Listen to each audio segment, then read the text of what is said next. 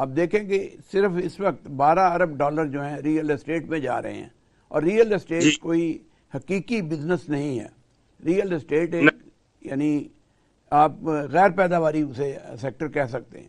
اس کو پیداواری سیکٹر میں لانے کے لیے آپ کے خیال میں کیا کرنا چاہیے حکومت کو؟ آنے والی حکومت کو، جانے والی حکومت تو خیر چلی گئی، جو اس نے کیا وہ سب کے سامنے ہے، اور آنے والی حکومت کو کیا کرنا چاہیے؟ جی بالکل، آپ نے 100% میں آپ سے ایگری کرتا ہوں سر، کہ جو ریئل اسٹیٹ کا بزنس ہے وہ کسی بھی ملک میں، نہ صرف ہمارے ملک، وہ اس میں جب آپ فنڈز کو وہاں پہ لگاتے ہیں، کیونکہ فنڈز تو کی ایک تعداد ہے نا، 100 بلین 50 بلین، اگر آپ زیادہ فنڈز ریئل اسٹیٹ میں لگائیں گے تو وہ تو زیادہ سے زیادہ ریزیڈینشیل ایریاز بنیں گے لوگوں کو گھر کے رہنے کے لیے. پروڈکٹیوٹی نہیں ہوگی. پروڈکٹیوٹی ہوگی کہ ہمارا ایکسپورٹ کوئی نہیں بڑھے گا. اصل میں جو حکومتوں کو کام کرنے کی ضرورت ہے، سب سے ہمیں نادر موقع آیا تھا وہ سی پیک تھا. سی پیک سے اگر ہم جو اس کے 100% پوٹینشیل ہے، اگر ہم اکنامک کوریڈورز بنا دیں. اکنامک کوریڈورز یہ ہیں کہ جو بھی ہماری ہائی ویز بنی ہیں، دیکھیں نا، موٹر وے پشاور سے لے کے لاہور تک موٹر وے، اب کراچی تک بھی، لیکن آپ جائیں گے اس موٹر وے پہ تو یہاں پہ کوئی اکنامک کوریڈورز نہیں بنے، کوئی انڈسٹریل اسٹیٹس آپ کو نظر نہیں آ رہی ہوں. تو چائنا سے را مٹیریل ہے یا کہیں سے بھی ملک سے را مٹیریل یہاں پہ فنشنگ گڈ ہو اور ہم اس کو ایکسپورٹ کر سکیں. اس کے تو دو فائدے ہوں گے، ایک تو ہمارے ایکسپورٹس بڑھیں گی، دوسرا یہ جو ہمارا باہر انٹرپرینور اسکل طبقہ ہے وہ وطن واپس آئے گا. اور تیسرا یہ ہے کہ مین پاور آپ کی جو ہے نا وہ استعمال ہوگی، وہ مین پاور استعمال ہوگی. لیکن اس کے لیے پہلے تو ضروری ہے کہ ہم بجلی پہ کام کریں، کہ ہم جو توانائی ہیں اس کو سستی کریں. ہم آپ دیکھیں نا، کوئی بھی حکومت آ رہی ہے وہ بجلی کو مہنگی کر رہی ہے. ہمیں بر وقت ہم نے ڈیمز نہیں بنائے، ہم نے ڈیموں کو بھی جس سیاست کا ایک وہ بنا دیا، کالپا ڈیم کو بھی سیاست کی نظر تھی وہ، حالانکہ ملک کے سروائیول کے یہ منصوبے تھے. اگر ہم آج 15,000 ہائیڈل شامل کر لیتے، آپ نے ہندوستان کی مثال دی، ہندوستان بھی ہائیڈل کر رہے ہیں، لیکن ان کا 500 ڈیم بنائے ہیں، چھوٹے سے چھوٹے اور بڑے 500 ڈیم. بالکل بالکل صحیح ہے. اور چائنا میں 5,000 ڈیم اس وقت ہیں. چائنا میں مجھے سمجھ نہیں آتی کہ ہماری پالیسی کیا ہے اس معاملے، کیوں لوگ نہیں آتے.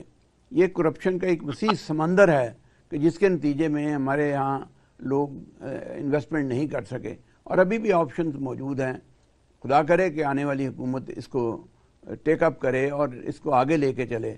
لیکن افریسی صاحب، یہ تو ایک معیشت کا آپ نے ہلکا سا تجزیہ پیش کیا کہ خرابیاں کہاں ہیں.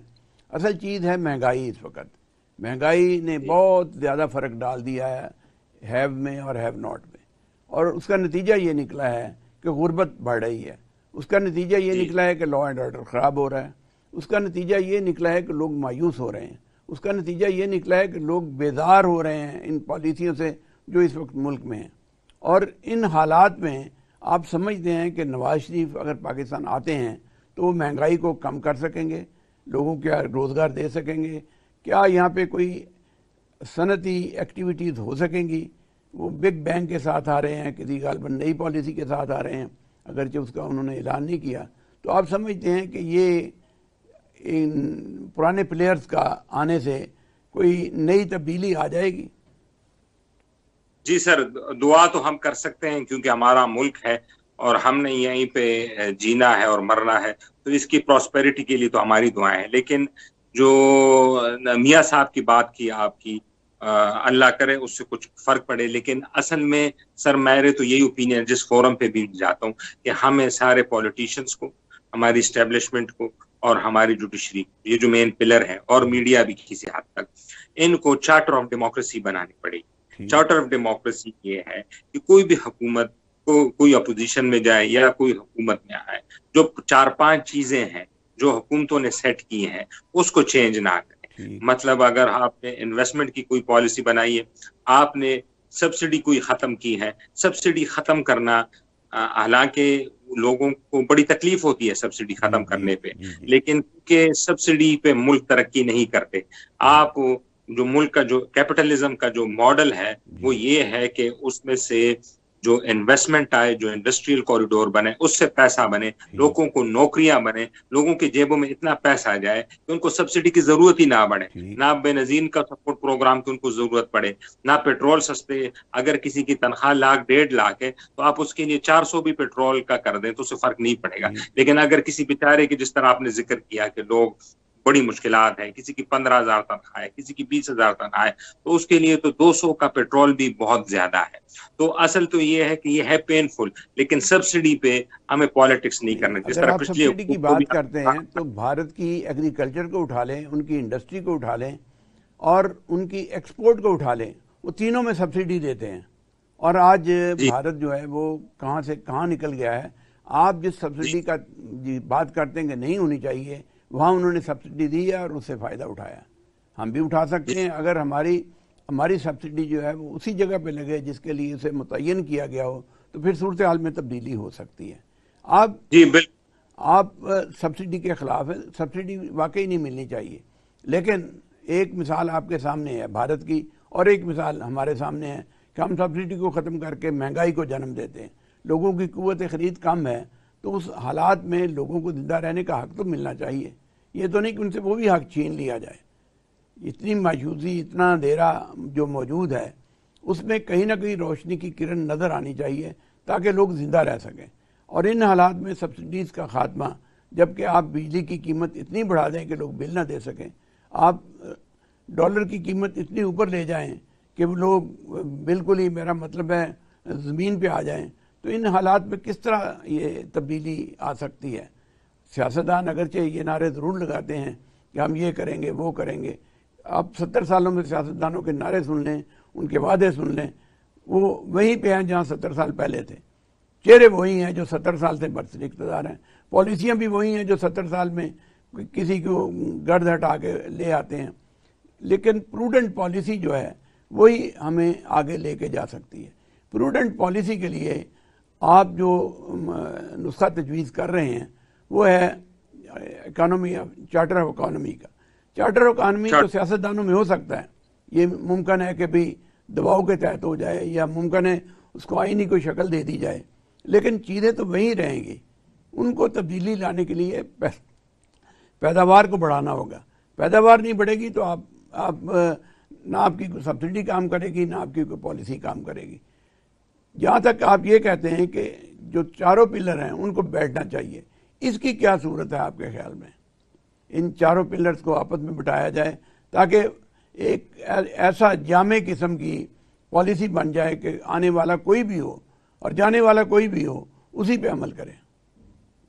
جی, آپ نے جس طرح سبسڈی, میں فلی ایگری کرتا ہوں, سبسڈی غریب طبقے کے لیے بہت ضروری ہے. لیکن جس طرح آپ نے ہندوستان میں مثال دی, آپ نے ایگریکلچر کو وہاں پہ ٹارگٹ کیا, وہاں کو سبسڈائز کیا اور ان کی ایکسپورٹ بڑھی. بالکل صحیح بات ہے 100%. ہمارے ہاں مسئلہ یہ ہوتا ہے کہ جو سبسڈی ہوتی ہے وہ اکراس ہوتی ہے, وہ امیر کے لیے بھی وہی سبسڈی ہے, وہ غریب کے لیے بھی یہ سبسڈی ہے. اب میں آپ کو لیٹسٹ یہ صحت کارڈ کی مثال لے دوں. پیٹرول کی تو خیر چھوڑیں, وہ تو پتہ ہی. صحت کارڈ کے پی میں سب سے زیادہ امپلیمنٹ تھا کیونکہ پی ٹی آئی کی حکومت تھی. لیکن اس صحت کارڈ پہ یعنی نواز شریف بھی صاحب بھی علاج کر سکتے ہیں, ملک ریاض صاحب بھی علاج کر سکتے ہیں اسی صحت کا. اور میں نے یہاں پہ خود پرسنلی جانتا ہوں کہ بڑے اچھے کھاتے پیتے لوگ انہوں نے صحت کارڈ کا استعمال کیا. اب یہ صحت کارڈ انڈر پریولیج لوگوں کو ہونا چاہیے تھا, کیونکہ ایونچولی تو اسٹیٹ پہ برڈن پڑ رہا ہے نا اس پیسوں کا صحت کارڈ پہ. وہ تو مڈل کلاس کے لیے ہونا چاہیے تھا جس کی آمدن 1,00,000, 2,00,000, 1,500,000. اب جو بندہ مہینے میں کروڑوں کما رہا ہے, اگر وہ صحت کارڈ کے لیے یوز کر رہے تو وہ تو اسٹیٹ پہ برڈن ہے. تو میرا صرف پوائنٹ آف ویو یہی تھا. باقی میں آپ سے ایگری کرتا ہوں کہ سبسڈی کے بغیر غریب طبقے کے لیے تو بہت بے نظیر کم سپورٹ ہو گیا. صحت کارڈ ہو گیا, پیٹرول کو بھی ہم ٹارگٹ کر سکتے ہیں کہ موٹر سائیکل یا 1000 سی سی گاڑی یا 1500 سی سی گاڑی یہاں تک کریں. جو بندہ V8 لینڈ کروزر میں 15 کروڑ کی گاڑی میں گھوم رہا ہے تو وہ پیٹرول پہ سبسڈی اس کو دینا وہ ناجائز ہے. اور یہ IMF بھی اب کہہ رہے, جو IMF کی چیف تھے MD پرسوں, انہوں نے اسی بات پہ زور دیا کہ ہم آپ کو کہتے ہیں کہ غریب پہ پیسہ لگائیں لیکن امیر سے لے کے دیں, تو وہ ہم کر نہیں رہے. دوسری آپ نے جو ذکر کیا کہ کون کر سکتا ہے چارٹر آف ڈیموکریسی, تو ہمارے ہاں جو ایک حقیقت پلر ہے یا طاقت ہے وہ ہے اسٹیبلشمنٹ کی. اب اور آپ نے 5واں پلر بھی لے لیا اس میں. 4 پلر تو لوگ کہتے تھے, اب 5واں پلر بھی نام نہیں آپ نے لیا لیکن ان کو شامل کر لیا. ہاں جی, ہاں جی. تو وہی ہے. آپ نے دیکھا جب وار اینڈ ٹیرر شروع ہوا اور ملک ایک, میں کے پی سے ہوں, یہاں پہ ایک بہت بڑا جنگ لڑی گئی. میں کہتا ہوں اس سینچری کی سب سے بڑی جنگ اگر لڑی گئی ہے تو یہ ہماری پاک فوج نے ادھر کے پی میں لڑی ہے. بہت حالات خراب. ہر دوسرے دن یہاں پہ بلاسٹ ہوتے تھے, دھماکے. ہمارے اپنے گاؤں کے, شہروں کے کافی لوگ مرے جن کو میں پرسنلی جانتا ہوں. لیکن وہ کب ہوا, وہ وار آن ٹیرر کا حل کب ہوا, جب ہماری اسٹیبلشمنٹ نے ساری پولیٹیکل پارٹی, جب میاں صاحب کی حکومت تھی, ان کو بٹھایا اور اے پی ایس کے حملے کے بعد سب کو ایک کمرے میں ایک قسم کا آپ سمجھے کہ تالا لگا کے بیٹھ گئے کہ ہم نے ایک عنصر اس میں یہ جو بہت لا اینڈ آرڈر, پرٹیکولر میں آپ کے فرنٹیئر کی بات کر رہا ہوں, ایک یعنی بہت بڑا فیکٹر ہے ان لوگوں کا جو افغانستان سے آئے ہیں. اسلام کا نام وہی لیتے ہیں, نمازیں وہ بھی پڑھتے ہیں, لیکن اس کے ساتھ ساتھ جو ٹیررزم آیا ہے افغانستان سے, اس میں ان 40 لاکھ لوگوں کے آنے سے یہ چیزیں خراب ہوئی ہیں یا ٹھیک ہوئی ہیں؟ جی, یہ تو میں اگر آپ کو کہوں کہ صرف ٹیررزم نہیں, باقی جو معیشت کے جو ہمارے چیزیں ہیں وہ بھی خراب ہوئی ہیں ان کے آنے سے. اس کی جو سب سے بڑی ہے کہ خاص کر جب امریکہ بہادر گیا ہے افغانستان سے سمیٹ کے, بغیر کسی ہمیں اعتماد میں لے کے یا کسی ریجن کے اور پلیئرز کو میں اعتماد کے, بوری بستر, پہلے تو انہوں نے فرنٹ کھولا اور ساری وار اینڈ ٹیرر ہمارے اوپر آ گئی. افغانی آ گئے اور یہاں پہ انکرجنس کے مسائل ہو گئے. پھر وہ اب چلے گئے. اب افغانستان میں ایک تو لا اینڈ آرڈر کے ہمارے ہے ہی مسئلہ, وہ تو آپ کو پتہ ہے رپورٹڈلی آ رہے چیزیں, بارڈر پہ بھی ہمارے چپکلش ہیں. سب سے بڑا مسئلہ جو ہے پشاور چوک کے یادگار سے ڈالر سمگل ہو رہے, یہاں سے چینی سمگل ہو رہے, یہاں سے آٹا سمگل ہو رہا ہے. ہم یہ سمجھیں کہ ہم پاکستان 24 کروڑ آبادی نہیں ہے, ہماری 30 کروڑ آبادی. ہم نے 5-6 کروڑ افغانیوں کو بھی ساتھ میں پالنا ہے, کیونکہ ان کے تو سارے جو تجارتیں جو $8 ارب تھے وہ بھی امریکہ نے فریز کر دیے. ان کے پاس ڈالر نہیں ہے, وہ پاکستان آتے ہیں, پاکستانی روپے سے ڈالر خریدتے ہیں, وہی ڈالر اپنے ملک میں لے جاتے ہیں, اسی ڈالر کو سرکار یا کمپنیوں پہ بھیج دیتے ہیں اور وہی ڈالر ہمیں واپس آ کے ہم سے چیزیں لے جاتے ہیں. یہ میں ایکسپورٹ کی بات کر رہا ہوں, صحیح والے میں. باقی یہ ایکچولی آپ ایکسپورٹ کی بات نہیں کر رہے ہیں, یہ ان خرابیوں کی بات کر رہے ہیں جو ہمیں درپیش ہیں, جن کی وجہ سے پاکستان آج ایک مشکل صورتحال سے دوچار ہے. آپ دیکھیں افغانی ڈالر, افغانی کرنسی جو ہے وہ 87 روپی ڈالر کی ہے, ہماری 290 کی ہے. تو یہ جو صورتحال ہے, ان حالات میں کیا یہ جتنے لوگ افغانی یہاں آئے ہوئے ہیں یا جو لے کے جا رہے ہیں, کیا ان کو یہاں رکھنا چاہیے یا ان کو ان کے گھر بھیجنا چاہیے؟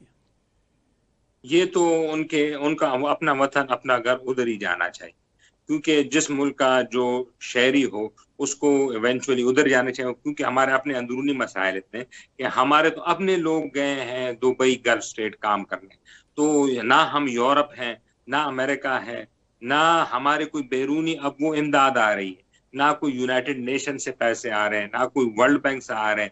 ہمیں IMF کا $3 ارب جو قرض تھا, جو ہمارے ایک حق بنتا ہے, وہ کوئی ہم واپس کرنے, سود سمیت ان کے واپس, ہمیں وہ ناک رگڑ کے انہوں نے وہ پیسے دیے, کوئی $3 ارب.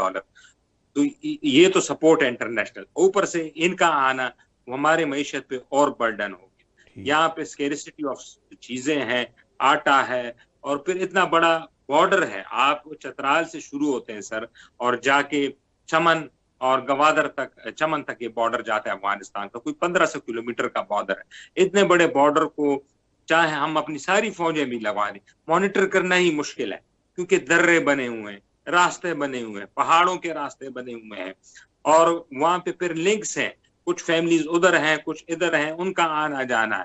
تو یہ ایک بہت چیلنجنگ ٹاسک ہے. جب تک افغانستان میں مکمل طور پہ جو آپ نے شروع میں ذکر کیا کہ سپلائی آف گڈز ہوگی, بہتات نہیں ہوگی, پروڈکشن وہاں پہ نہیں ہوگی جو ہم پہ ڈیپینڈنٹ ہوں گے, تو تب تک تو یہ ایشو بڑا رہے گا. تو اس کے لیے تو ہماری فورن پالیسی افغان حکومت کو تسلیم کیا جائے, کیونکہ اب وہ ایک حقیقت بن چکی ہے, اور ان کے بیرونی امداد آئے تاکہ ہماری جان چھوٹے. ہم تو مطلب میں تو کے پی کے ہوں, آپ دیکھیں ادھر تو ہر چیز جو ہے وہ آسمان سے باتیں کر رہی. ٹماٹر آتا ہے صبح کچھ اور ریٹ ہوتا ہے, شام کو اس کا کچھ اور ریٹ. موجودہ جو چیف صاحب ہے, موجودہ حکومت ہے, انہوں نے بڑے اسٹرنگ آپریشنز کیے ہیں. اس کا بھی میں ذکر کر دوں آپ کو, جو ہمارا چوک یادگار جو برانچ جو منی ایکسچینجر بیٹھے تھے پشاور میں, وہ ساروں ان کو فریز کر دیا, بند کر دیا. یہاں سے سب سے زیادہ اسمگلنگ ہوتی تھی. وہ کامیاب آپریشن جاری ہیں, لوگوں کے گھروں سے بھی اربوں ڈالر نکل رہے ہیں. لیکن یہ ایک شارٹ ٹرم ہے سر, یہ ایک ہم کہنے کہ یہ پیناڈول ہے. جس طرح آپ ڈاکٹر کے پاس جاتے ہیں بڑی بیماری لے کے, وہ آپ کی بڑی بیماری علاج کرنے کے بجائے وہ آپ کو پیناڈول دے دیتا ہے, پین کلر دے دیتا ہے. تو وہ ہم پین کلر پہ ابھی تک لگے. شارٹ ٹرم تو یہ ہے کہ افغانستان میں تو ہم ان کا کوئی کیس لڑیں, چائنا کے ساتھ مل کے, جو ریجن پاور کے ساتھ مل کے, وہاں پہ کوئی اسٹیبلٹی آئے تاکہ ان کی ڈپینڈنسی ہم پہ ختم ہو. اور دوسرا ہم اپنے گھر کو بھی ٹھیک کریں. جو ہماری پولیٹیکل لیڈرشپ میں ناراضگی ہیں ان کو بٹھائیں ایک کمرے میں. جس طرح ہم نے دہشت گردی کے خلاف سب سے بڑی جنگ لڑی دنیا کی, اسی پیج پہ, اسی پیرائے پہ, یہ سب کا ملک ہے, سانجا ملک ہے. جائیں گے تو سب نیچے جائیں گے, خوشحال ہوں گے تو سارا ملک خوشحال ہوگا. ہر بچہ, زیادہ تر ڈسکشن ابھی تک جو کی ہے وہ معیشت پہ اور معیشت کے مختلف پہلوؤں پہ کی ہے. گفتگو جو پروگرام ہے بنیادی طور پہ یہ سیاسی پروگرام ہے. سیاسی مسائل, سیاسی مشکلات, سیاسی رکاوٹیں, ان کا بھی ذکر کرتے رہتے ہیں. ابھی وزیر اعظم نے یہ کہا کہ وہ جو سابق وزیر اعظم تھے پاکستان کے, جو پونے 3 سال رہے ہیں, انہوں نے ان کے بغیر بھی اور ان کی جماعت کے بغیر بھی الیکشن ہو سکتے ہیں اور الیکشن ٹھیک ہوں گے. آپ اسے ٹھیک سمجھتے ہیں؟ میں تو کہتا ہوں کسی بھی پولیٹیکل پارٹی اگر اس کا کوئی بھی ووٹنگ شیئر ہو, اس کو اس الیکشن کو لیجیمیٹائز کرنے کے لیے اس کی شراکت داری ضروری ہے. کیونکہ عوام نے اگر اعتماد کرنا ہے کہ کوئی بھی پالیسی, کل کوئی بھی حکومت الیکشن جیت کے آتی ہے اور اس میں کوئی کل پالیسی بناتی ہے, تو پاکستان میں تو سر پتہ ہی ہے آپ کو کہ آج حالات کسی پارٹی پولیٹیکل لیڈر کے دوسرے ہیں, کوئی سال بعد پتہ ہی نہیں چلتا اس کے حالات مختلف. کون کہہ سکتا تھا کہ شہباز شریف صاحب کو پیشیاں بھگت رہے تھے, وہ آ کے وزیر اعظم پاکستان بن جائے, کسی کے وہم و گمان میں نہیں تھا. کون کہہ سکتا تھا کہ انوار الحق کاکڑ صاحب جائیں گے یہ وزیر اعظم.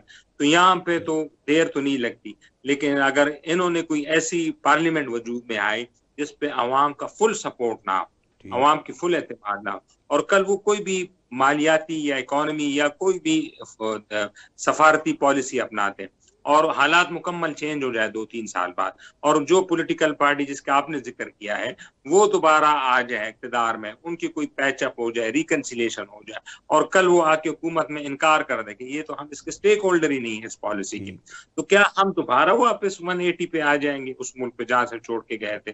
کیونکہ وہ جو IMF کے جو وفد بھی آتا ہے, آپ نے دیکھا, وہ سارے سے کیوں ملتے ہیں؟ کیونکہ ان کو لگتا ہے کہ کل اس کی کوئی آنرشپ لے. تو پولیٹیکل ریکنسیلیشن ہونی چاہیے, جس کا جو حق ہے, جو مقدمات ہیں جو ملکی اداروں کے خلاف جس نے جو کہا ہے وہ تو ہم اس کے ساتھ کھڑے, ہم اپنے ملکی اداروں کے ساتھ کھڑے, ان پہ وہ مقدمات چلیں, ان پہ کرپشن کے جو کیسز ہیں وہ بھی چلیں, وہ اپنی جگہ پہ اکاؤنٹیبلٹی کا پروسیس چلتا رہے. لیکن کسی بھی پولیٹیکل پارٹی کو بالکل یکسر آؤٹ کر دینے پولیٹیکل پروسیس سے, جو کل اس کا سٹیک ہولڈر ہوگا, اور یہ سب سٹیک ہولڈر ہوں گے, آپ دیکھیں گے کہ 3-4 سال 5 سال بعد پھر دوبارہ یہ سٹیک ہولڈر واپس آ جائیں گے. جس طرح PMLN واپس آئی ہے, جس طرح پیپلز پارٹی آئی ہے, جس طرح ANP واپس, جس طرح مولانا صاحب آئے. مولانا صاحب دیکھے بالکل آؤٹ تھے, اب سب سے بڑے سٹیک ہولڈر ہیں. گورنر جو KP میں ہیں وہ ان کے وہ ہے برادر ان لا ہے, وہ گورنر لگے ہوئے ہیں یہاں پہ. تو میری تو یہ اوپینین ہے کہ کسی بھی پولیٹیکل پارٹی کو آؤٹ کرنا الیکشن ایک بے ایمانی ہوگا. اس میں سب کو پارٹیسپیشن ہونی چاہیے, سب آپ الیکشن کے میدان میں لڑیں, آپ نے جو بھی اس میں اپنا منشور پیش کرنا ہے آپ الیکشن میں اس کو شکست دے کے آئیں, تو تب بات مانی جائے گی کہ بھئی عوام آپ کے ساتھ کھڑی ہے, اور آپ کل جو بھی اپنا منصوبہ یا کوئی بھی ایجنڈا لے کے آئیں گے تو اس پہ ایک مہر سب ثابت ہوگی پارلیمنٹ کی طرف سے. یہ ایک نمائندہ, آپ کی منطقی طور پہ تو درست ہے, لیکن پچھلے 3.5 سال میں اس حکومت نے جو کچھ کیا ہے اور جس طرح انہوں نے حکومت کی ہے اور جس طرح انہوں نے لوگوں کے درمیان تفریق پیدا کر دی ہے اور جس طرح ایک ایک گھر میں دھڑے بندی ہو گئی ہے. مجھے اچھی طرح یاد ہے کہ پیپلز پارٹی جب بھٹو صاحب آئے تھے تو بھٹو صاحب نے بہت ایسی باتیں کی تھیں کہ جو ناواجب تھیں، ناروا تھیں، لوگوں کے نام رکھ کے سب کچھ کیا، لیکن اتنی پولرائزیشن اس وقت نہیں تھی. اور بھٹو صاحب سیاستدانوں سے ملتے بھی تھے، بات بھی کرتے تھے، جاتے بھی تھے، حتیٰ کہ مولانا مودودی کے گھر گئے تھے، وہ مجھے بہت اچھی طرح یاد ہے.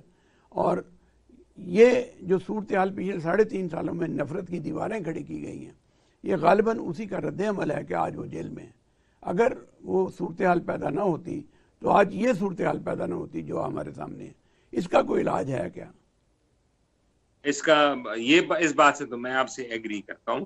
جو آپ نے بھٹو صاحب کی مثال دی، حالانکہ بڑی پولرائزیشن اس وقت بھی تھی، وہ ایک سٹیٹس کو چیلنج کر کے آئے تھے، لیکن پھر وہ محمودودی صاحب کے پاس بھی گئے، وہ غفار خان صاحب کے پاس، ولی خان وغیرہ ان کے پاس بھی، وہ ریکنسیلیشن اپنی.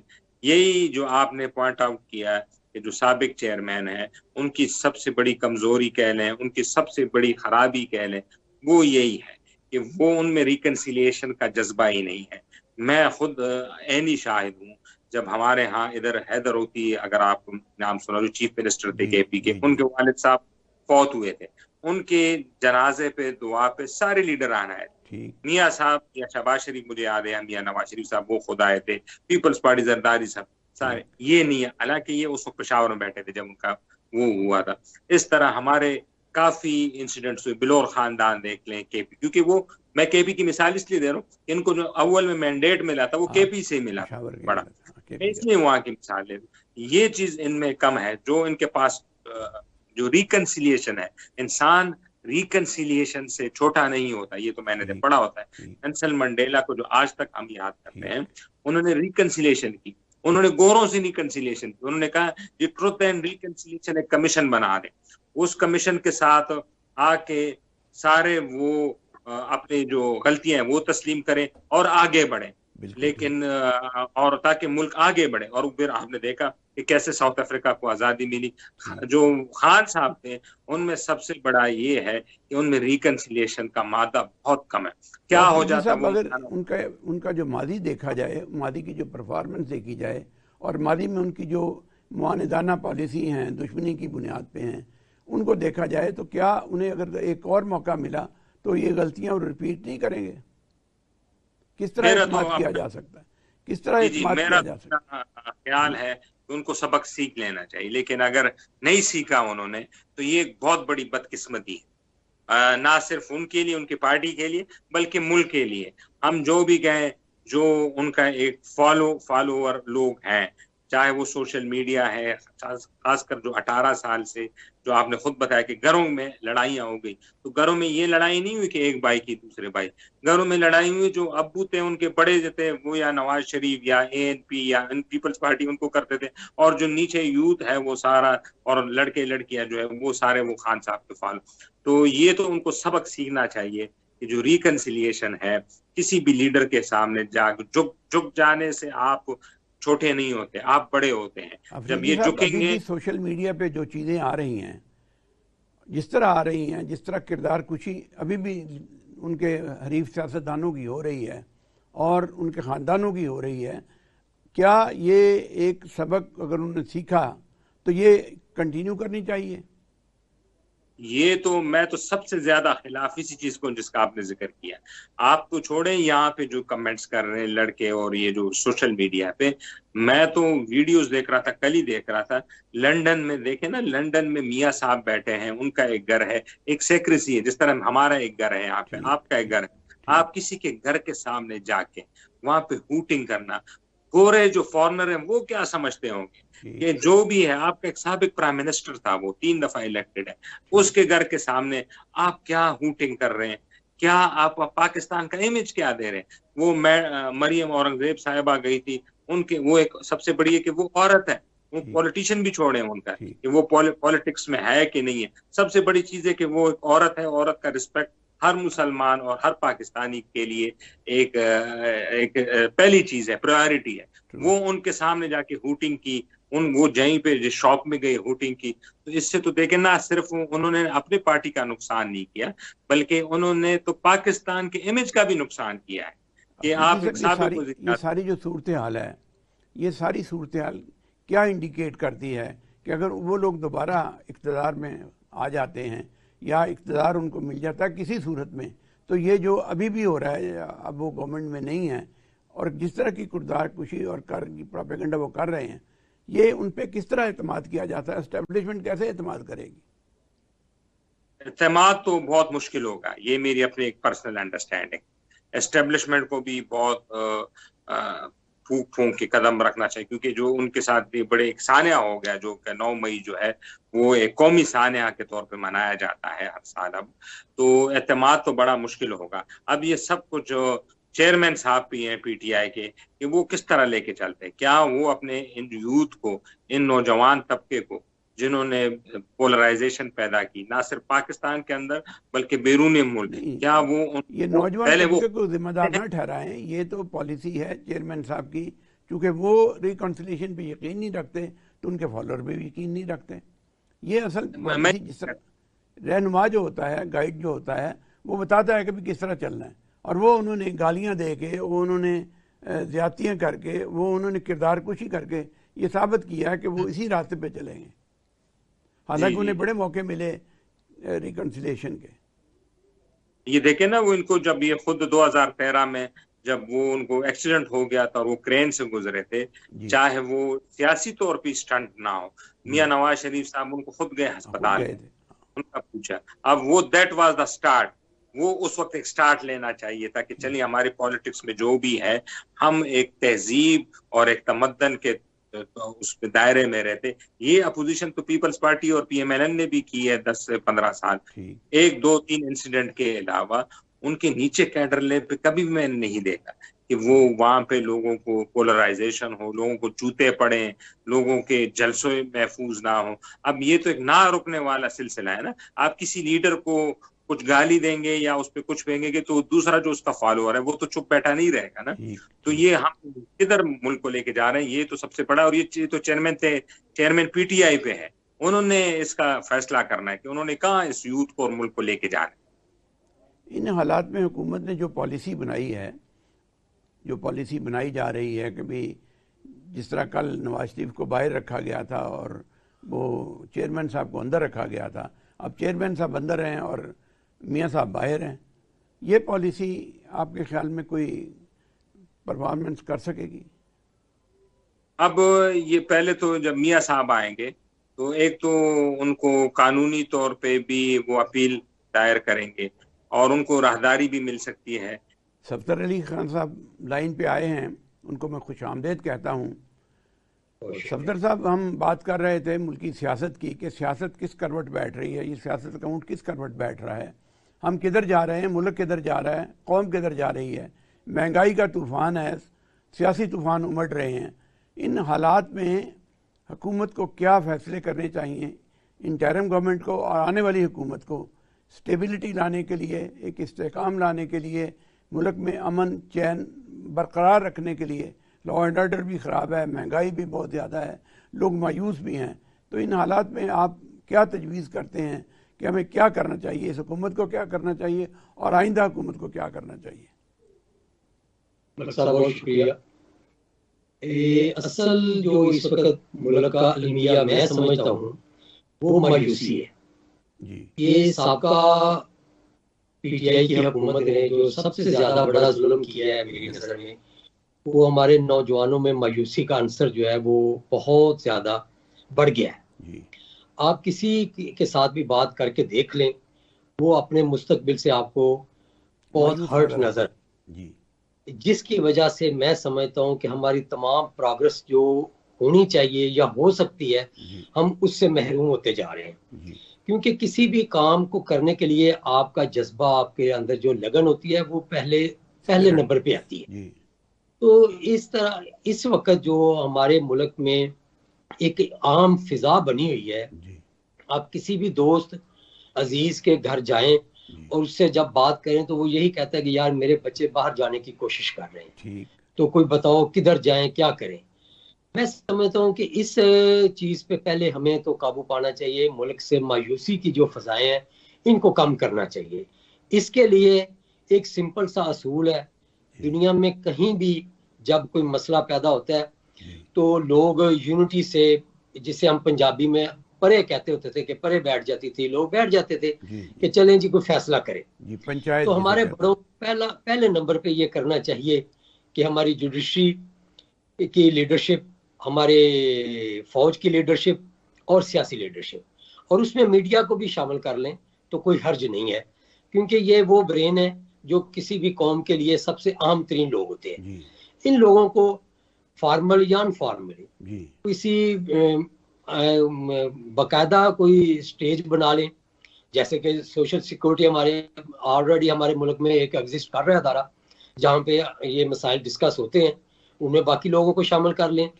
اور ایک تصویر باہر آنی چاہیے لوگوں کے سامنے کہ ہمارے بڑے جو ہے یہ بیٹھ کے ہماری فلاح کے لیے سوچنا شروع ہو گئے ہیں.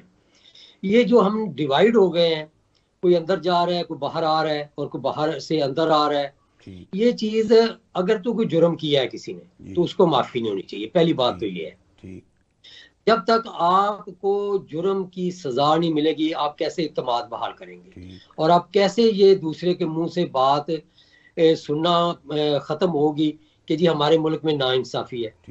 تو ناانصافی کو ختم کرنے کے لیے سب سے پہلے ہمیں لیکن وہ تحقیق صحیح ہونی چاہیے, احتساب صحیح ہونا چاہیے. جس طرح کا پچھلے 75 سال میں احتساب ہو رہا ہے اس کی کوئی اب گنجائش نہیں ہے. اگر کسی نے جرم کیا ہے اور جرم کا ثبوت ملتا ہے, پہلے انویسٹیگیشن ہو, اس کے بعد کسی کو پوچھا جائے.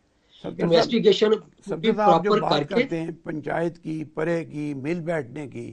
ایک حل کیا یہ نہیں ہے کہ ہم نچلی سطح پہ اقتدار کو لے جائیں اور محلوں گلیوں کی سطح پہ, چھوٹے شہروں کی سطح پہ, تحصیل کی سطح پہ ان کو مقتدر کر دیں کہ اپنے مسائل کو خود حل کریں؟ تو کیا اس سے فضا بہتر نہیں ہو سکتی؟ بے شک یہ آپ نے ایک بہت اچھی تجویز ہے آپ کی بھی, لیکن آپ چھوٹی سطح پہ جتنے بھی اثرات آتے ہیں وہ ہمیشہ اوپر سے نیچے آتے ہیں. نیچے سے اوپر نے کیا جانا ہوتا ہے.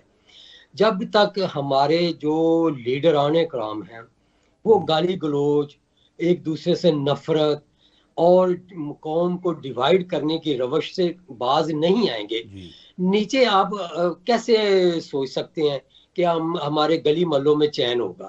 آج صورتحال یہ ہے کہ لوگ سیاسی نقطہ نظر کی وجہ سے ایک دوسرے سے دوری اختیار کر گئے ہیں. اگر آپ کسی کو کوئی بات کرتے ہیں تو وہ آپ سے ناراض ہو جاتا ہے, وہ آپ کے آرگومنٹ سننے کے لیے تیار نہیں ہے. یہی تو میں عرض کر رہا ہوں کہ ملک میں ایک فضا ایسی پچھلے 5-6 سال میں, بلکہ 2014 سے اس کی ابتدا آپ سمجھ لیں کہ ہو چکی ہے, کہ اس نے قوم کو تقسیم در تقسیم کر دیا ہے. اور ایک ریڈی بانڈ سے لے کے ایک کسی ہائر پوزیشن پہ بیٹھے ہوئے بندے کے ساتھ آپ گفتگو کر کے دیکھ لیں کہ آپ کو ایک اس کے اندر مایوسی کی جھلک اور غصے کی جھلک واضح نظر آئے گی. اس چیز کو ایک رد عمل ہے نا, جب تک کہ ہم کوئی اپنی قوم کو پروگرام نہ دیں کہ ہمارا آئندہ 5 سال کا یا 4 سال کا یا 10 سال کا جو بھی ایک لمٹ وہ کر رہا ہوں, اس میں ہم ایک ایم دیں اور اس پہ پھر یونٹی پہ پہلے دکھائیں. پہلے تو ہمیں یونٹی دکھانی ہوگی. اب آپ ہماری سپریم کورٹ کو دیکھ لیں, اس پہ یہ تاثر قائم ہو گیا ہے کہ یہ سپریم کورٹ تقسیم ہے. اسی طرح سیاستدان ان کی تو تقسیم آپ واضح ہے. تو جب تک کہ یہ لوگوں کی تقسیم لوگوں کو نظر آئے گی, لوگ کیسے یونائٹ ہوں گے؟ اس لیے میں یہ گزارش کروں گا آپ کے معتبر ادارے کی توسط سے کہ ہمیں کسی نہ کسی طرح قوم کی مایوسی کو کم کرنا ہوگا, تبھی ہم آگے چل سکیں گے اور ہمیں کوئی روشنی کی کرن جو ہے وہ نظر آنا شروع ہوگی. ناظرین, آپ نے سیاست, معیشت, مہنگائی اور دیگر موضوعات پہ ہمارے معزز مہمانان منصور آفریدی صاحب اور صفدر علی خان صاحب کی گفتگو سنی. مجھے یقین ہے کہ آپ اس کا صحیح تجزیہ کرنے میں کامیاب ہوں گے, کیونکہ اصل رائے تو عوام کی ہے, ان کی ہے جن کے پاس ووٹ ہے, اور ووٹ ہی فیصلہ کرتا ہے کہ کس کو اقتدار میں آنا اور کس کو اقتدار میں نہیں آنا. اس کے ساتھ ہی آج کے پروگرام کا وقت ختم ہوا. انشاءاللہ اگلے پروگرام میں آپ سے دوبارہ ملاقات ہوگی. اللہ حافظ.